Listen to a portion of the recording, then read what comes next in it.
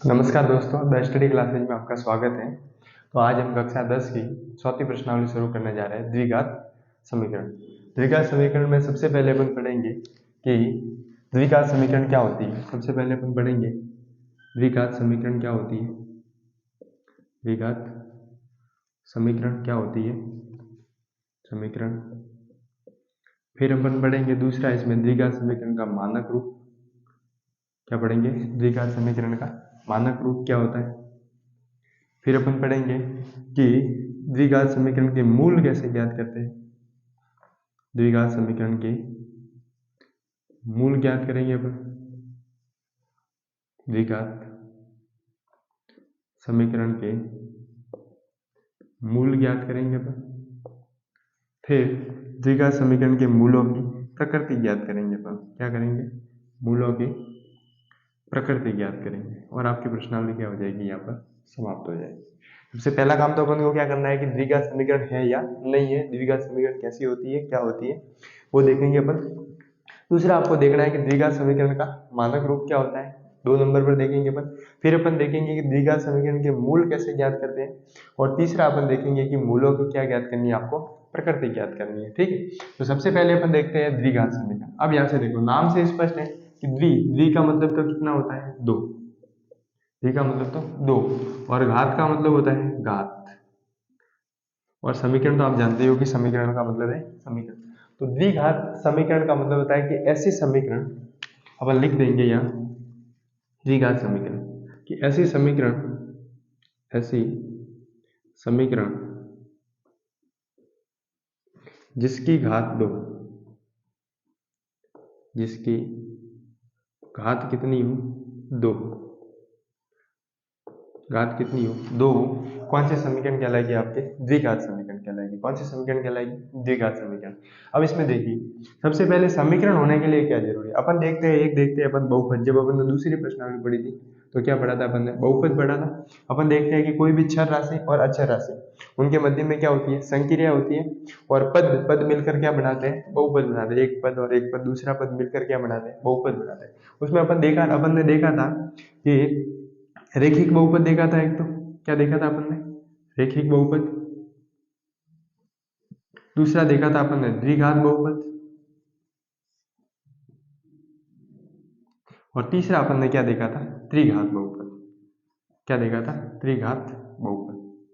अपन ने देखा था कि ऐसा बहुपद जिसकी घात 1 हो, ऐसा बहुपद जिसकी घात कितनी हो, 1 हो, कौन सा बहुपद कहलाता है, रेखिक बहुपद कहलाएगा। कौन सा बहुपद कहलाएगा? रेखिक बहुपद। फिर अपन ने देखा था कि ऐसा बहुपद जिसकी घात 2 हो, ऐसा बहुपद जिसकी घात कितनी हो, 2 हो, तो उसको अपन ने क्या बोला था, द्विघात बहुपद बोला था। क्या बोला था? द्विघात बहुपद। फिर अपन ने देखा कि ऐसा बहुपद जिसकी घात 3 हो, ऐसा बहुपद जिसकी घात कितनी हो, 3 हो, तो फिर उसको अपन ने क्या बोला था, त्रिघात बहुपद। क्या बोला था? त्रिघात बहुपद। रेखिक बहुपद घात 1, द्विघात बहुपद घात 2, त्रिघात बहुपद घात कितनी हो गई, 3 हो गई। ठीक है, फिर अपन ने यहाँ से द्विघात बहुपद के लिए छह राशि का मान निकाला था, रेखिक बहुपद के लिए शून्यांक निकाले थे, त्रिघात बहुपद के लिए शून्यांक निकाले थे। तो अपन ने बोला था कि इसकी जितनी घात होगी उतने क्या होंगे, उसके शून्यांक होंगे। घात 1 शून्यांकों की संख्या 1, घात 2 शून्यांकों की संख्या भी 2, घात 3 तो शून्यांकों की संख्या भी 3। तो यहाँ पर अपन जो द्विघात बहुपद समीकरण पढ़ रहे हैं, क्या पढ़ रहे हैं, द्विघात समीकरण, तो इसमें आपको क्या दिखेगा, द्विघात बहुपद दिखेगा। क्या दिखेगा? द्विघात बहुपद। देखिए कि द्विघात बहुपद, कोई भी द्विघात बहुपद अपन लिखते हैं, जैसे कि मान लीजिए 2x² प्लस 5x प्लस 7, ये हो गया द्विघात बहुपद। इसकी घात कितनी दिख रही है आपको, 2 दिख रही है। इसका मतलब ये कौन सा बहुपद हो गया, द्विघात बहुपद हो गया। अब द्विघात बहुपद के अंदर मैंने क्या लगा दिया, समता का चिन्ह लगा दिया। समता यानी कि बराबर का चिन्ह लगा दिया। किसका चिन्ह लगा दिया? बराबर का। मान लीजिए कि ये बराबर का चिन्ह लगा दिया, और बराबर में मैंने क्या लिख लिया, 0 लिख दिया, और बराबर में कुछ नहीं है, इसका मतलब 0 है। अब जैसे ये बराबर का चिन्ह आ गया, जैसे क्या आ गया, ये समता का चिन्ह आ गया, ये समता का चिन्ह आ गया, समता या फिर बराबर।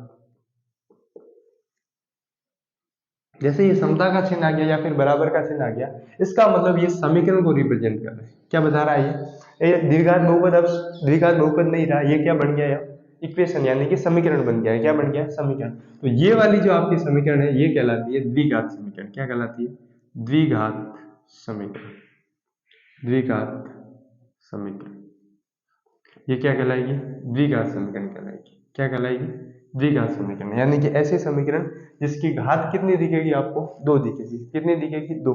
तो ये वाली समीकरण है वो क्या कहलाएगी? द्विघात समीकरण। जैसे अपन इसके अदर एग्जांपल लेते हैं, x² प्लस 7x प्लस 3, तो ये भी क्या है? एक द्विघात समीकरण। समीकरण के लिए आवश्यक चीज ये है कि उसमें समता का चिन्ह होना चाहिए। क्या होना चाहिए उसमें? समता या बराबर का क्या होना चाहिए? अगर समता और बराबर का निशान दिया हुआ नहीं है, समता या बराबर का चिन्ह दिया हुआ नहीं है, इसका मतलब वो समीकरण भी नहीं। इसका मतलब वो समीकरण भी नहीं है। अगर बराबर का निशान दिया हुआ है, समता का चिन्ह दिया हुआ है, इसका मतलब वो क्या है? समीकरण है। समीकरण के लिए सबसे आवश्यक चीज अगर माने अपन तो वो क्या है? समता का चिन्ह होना जरूरी है। ध्यान में आ गया कि नहीं आ गया? ठीक है, आगे बढ़ते हैं। देखिए और भी अपन देखते हैं, जैसे कि x² प्लस 5 बराबर 0, तो ये भी क्या है? एक द्विघात समीकरण, यानी कि इसकी घात आपको कितनी दिख रही है? 2 दिख रही है, यानी कि चर राशि की अधिकतम घात। चर राशि की अधिकतम घात को अपन बहुपद की घात बोलते हैं। चर राशि की अधिकतम घात को अपन क्या बोलते हैं?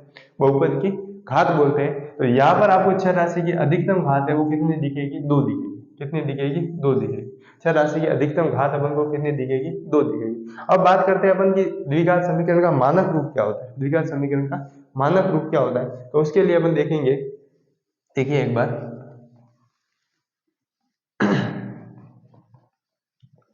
मानक रूप की अगर बात करें द्विघात समीकरण का, तो मैं लिखूं यहाँ पर मानक रूप इसका, द्विघात समीकरण का मानक रूप। मानक रूप,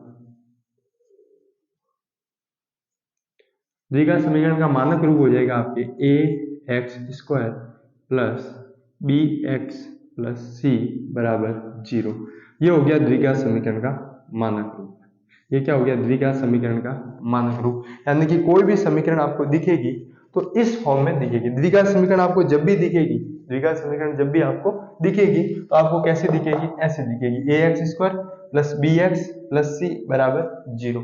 अब यहाँ जो a b और c आपको दिख रहा है, a b और c, देन यहाँ पर जो आपको a b और c दिख रहा है, a b c, वो क्या है? आपके रियल नंबर है। वो क्या है? आपके रियल नंबर,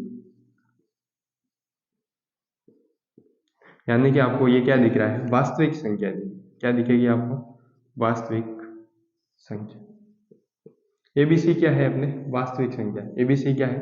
वास्तविक संख्या है। और x² का गुणांक कौन है? a। x का गुणांक कौन है? b। प्लस में क्या है? c, यानी कि c है वो तो अक्षर पद है। c है वो तो क्या है? अक्षर पद। और a है वो x² का गुणांक, ये भी अक्षर राशि है। ठीक है, और x का गुणांक कौन है? b। और c आपको सिंपली जो अक्षर पद दिया हुआ होगा किसी भी समीकरण में, वो क्या है? आपका c। और बराबर में क्या है? 0। यानी कि आपको जिस तरह से समीकरण दी हुई थी उसको सभी को क्या करो? एक तरफ लाओ, और बराबर में क्या लेके आना है? आपको 0 लेके आना है। फिर वहां से आपको a b और c के मान मिलेंगे। फिर वहां से आपको क्या मिलेंगे? a का मान मिलेगा, b का मान मिलेगा, और फिर किसका मान मिलेगा? आपको c का मान मिलेगा। ठीक है, अब अपन देखते हैं, जैसे कि अब इसके लिए आप इंपॉर्टेंट बात यह है, सबसे महत्वपूर्ण बात यह है कि a बराबर नॉट इक्वल टू 0। a बराबर नॉट इक्वल टू 0, यानी कि a का मान कभी भी 0 नहीं होना चाहिए। a का मान कभी भी 0 नहीं होना चाहिए। अगर a का मान 0 हो गया, यहाँ पर a का मान क्या हो जाता है? यहाँ पर 0। मान लीजिए यहाँ 0 करता हो तो x² से गुणा होते ये क्या हो गया? पूरा 0। यानी कि ये वाला पूरा पद, ये वाला टर्म है, ये वाला, ये कितना हो जाएगा? 0 हो जाएगा। जैसे ये 0 हो गया तो क्या बच गया? bx प्लस c, यानी कि चर राशि की अधिकतम घात कितनी रह गई? 1। चर राशि की अधिकतम घात कितनी रह गई? 1। तो जैसे ही चर राशि की अधिकतम घात 1 रह गई तो वो द्विघात समीकरण नहीं रहेगी। फिर वो द्विघात समीकरण नहीं रहेगी, वो रैखिक समीकरण हो जाएगी। वो फिर क्या हो जाएगी? रैखिक समीकरण। इसलिए मोस्ट और इंपॉर्टेंट बात ये है इसमें कि a का मान है वो कभी भी 0 नहीं होना चाहिए। अगर a का मान 0 है, इसका मतलब वो द्विघात समीकरण नहीं है। इसका मतलब वो द्विघात समीकरण है वो नहीं है। a का मान 0 नहीं होना चाहिए। a b और c क्या है? तीनों रियल नंबर है, वास्तविक संख्या है। और ये जो आपके सामने दिख रहा है ax² plus bx plus c, ax² plus bx plus c, ये है आपके द्विघात समीकरण का मानक रूप।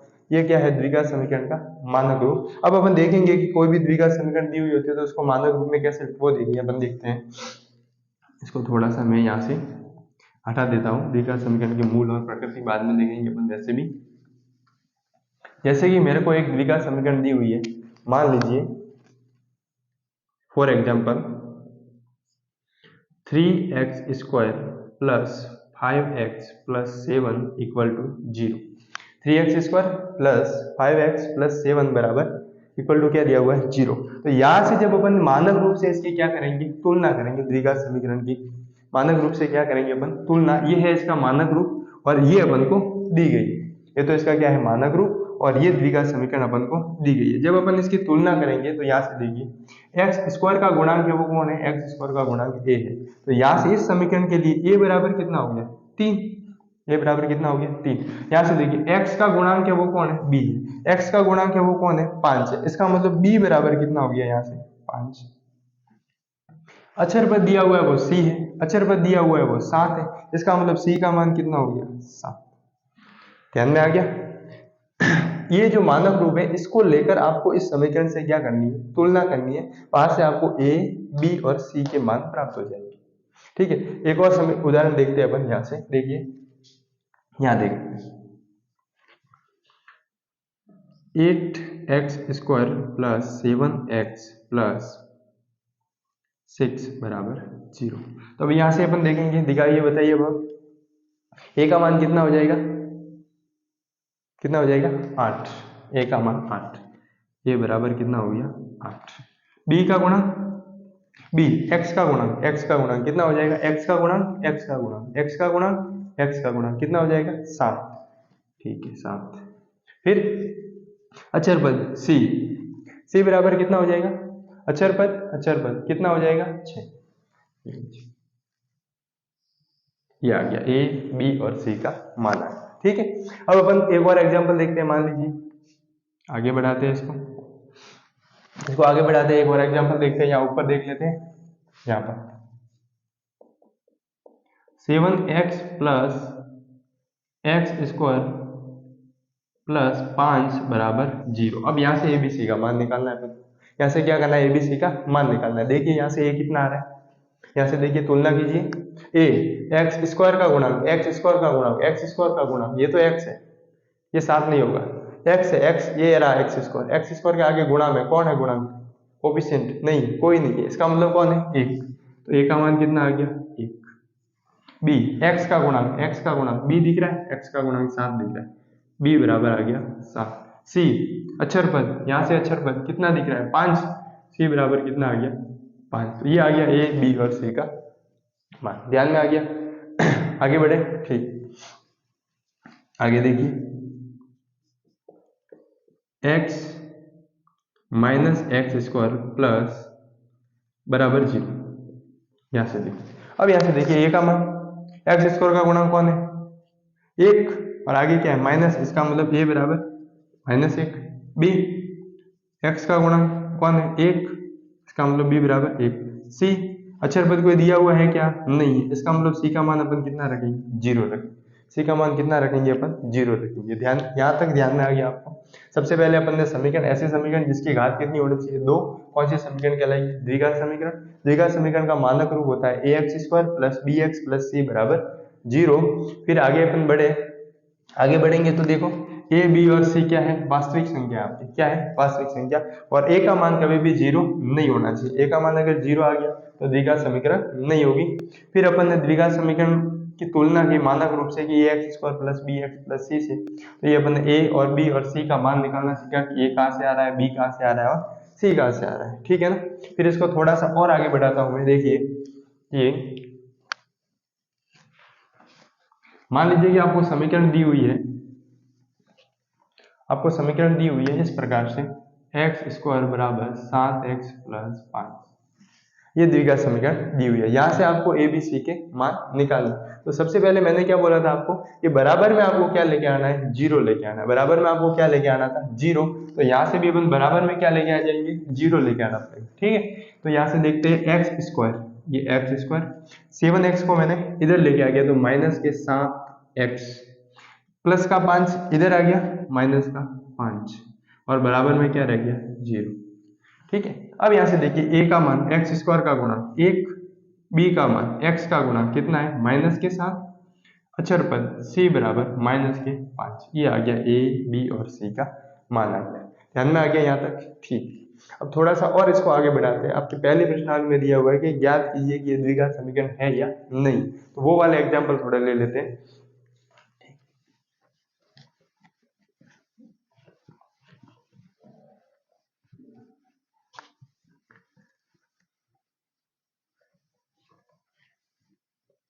पहला सवाल आपके दिया हुआ है कि निम्नलिखित ज्ञात कीजिए कि द्विघात समीकरण है या नहीं। ज्ञात कीजिए द्विघात समीकरण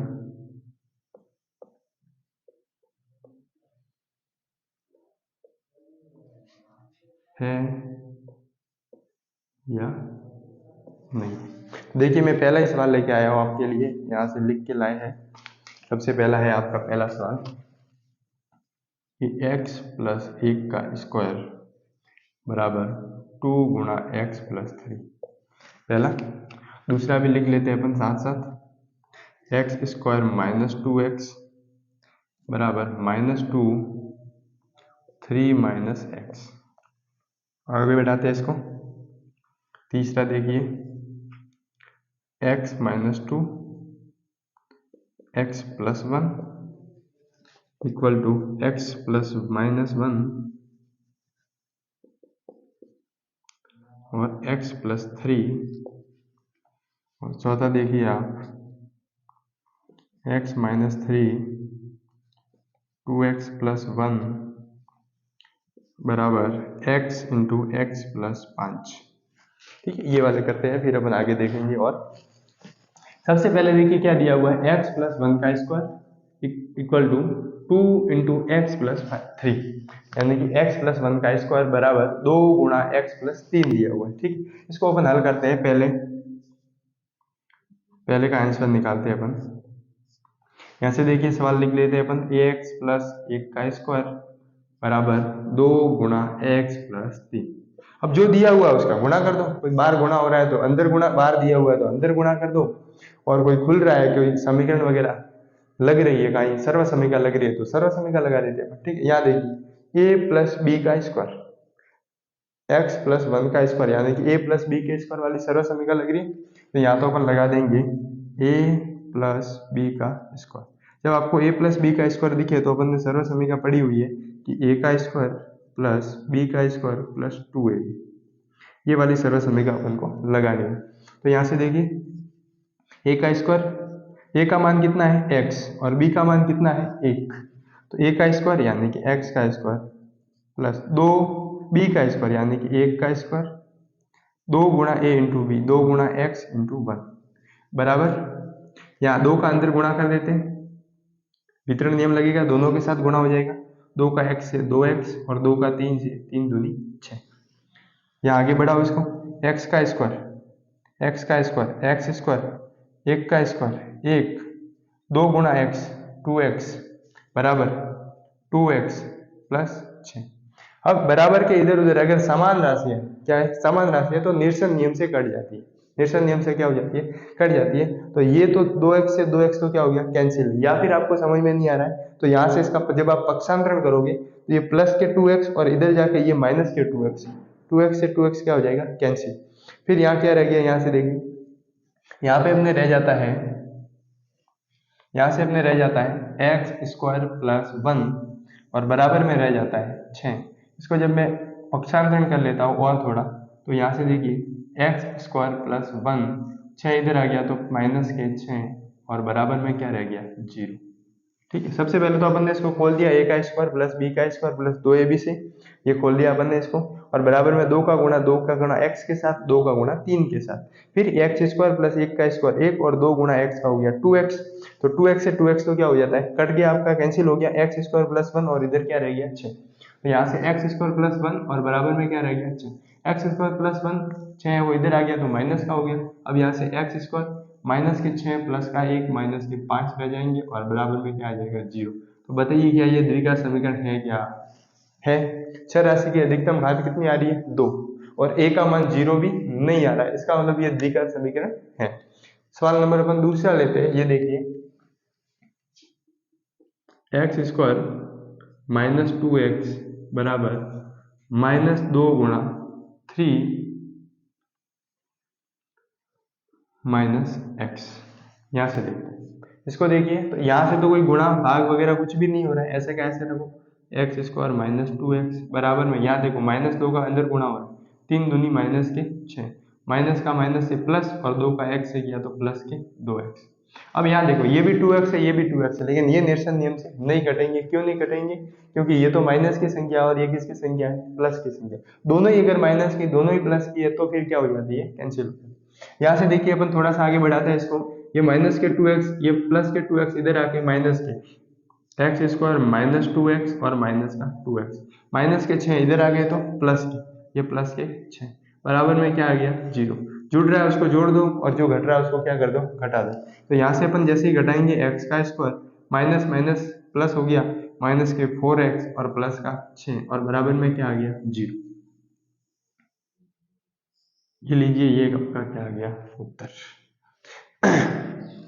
ऐसे जब आप देखोगे x square minus 4x plus 6 बराबर क्या आ गया? 0। यानी कि ये द्विघात समीकरण है क्या?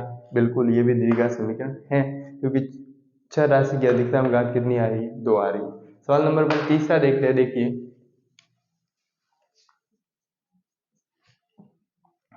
x माइनस 2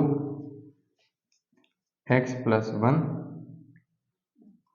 x माइनस 1 और x प्लस 3। इसको पहले आप हल कर दीजिए और फिर अपन आगे बढ़ेंगे।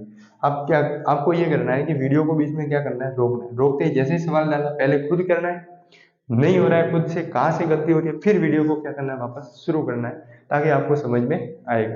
यहाँ से देखते हैं अपन, वापस देखिए गुणा करेंगे अपन, x का गुणा x के साथ x का गुणा 1 के साथ x का गुणा x के साथ x की घात 2, x का गुणा 1 के साथ x।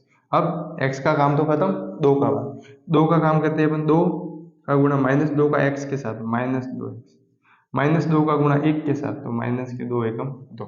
इधर देखिए बराबर में x का गुणा x के साथ x स्क्वायर, x का गुणा 3 के साथ 3x, माइनस 1 का गुणा x के साथ माइनस का x, माइनस 1 का गुणा प्लस के 3 से माइनस के 3। ठीक है, यहाँ से अब जो कट रहा है उसको अपन क्या कर देंगे? काट देंगे। देखिए ये कट रहा था, ये गया plus x minus 2x, minus का x रह गया और माइनस के 2 रह गए। इधर देखिए प्लस के 3x और माइनस का x बराबर में प्लस के 2x रह गए, प्लस लिखने की जरूरत नहीं है आपको आगे, और माइनस के कितने रह गए? 3। अब यहाँ से देखो इसको इधर लेके आओ, भले इसको उधर लेके आओ, इसको इधर लेके आ जाते हैं, माइनस एक्स माइनस के 2x माइनस के 2 प्लस के 3 बराबर 0। ये माइनस का हो गया, ये प्लस का हो गया, इधर आ गया माइनस माइनस प्लस हो गया, माइनस के 3x और यहाँ से देखिए माइनस और प्लस माइनस हो जाएगा और प्लस का 1 बराबर 0। क्या ये द्विघात समीकरण है क्या? नहीं, क्योंकि x यानी छह राशि की अधिकतम घात आपको कितनी दिखाई दे रही है? 1 दिखाई दे रही है और 1 नहीं होनी चाहिए। सवाल नंबर 14 आपको करना है और इससे आगे अपन पढ़ेंगे नेक्स्ट क्लास में। धन्यवाद।